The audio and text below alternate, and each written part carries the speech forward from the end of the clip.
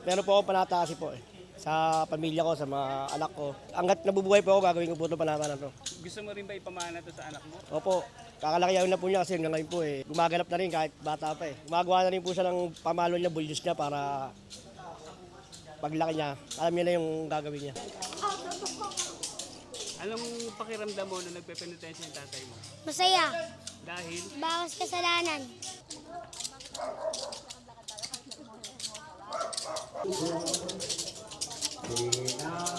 Mamanata po ng mga nagpipinitensya para sa mga may sakit po, ganun po, panata na po nila taon-taon po. Kanya-kanyang panata nyo po, may mga sakit ng mga mag-anak, ganun po. Kasi po, parang pinapanata po nila para sa ano ang paggaling. Po yung ginagamit po para po masugatan yung likod nila.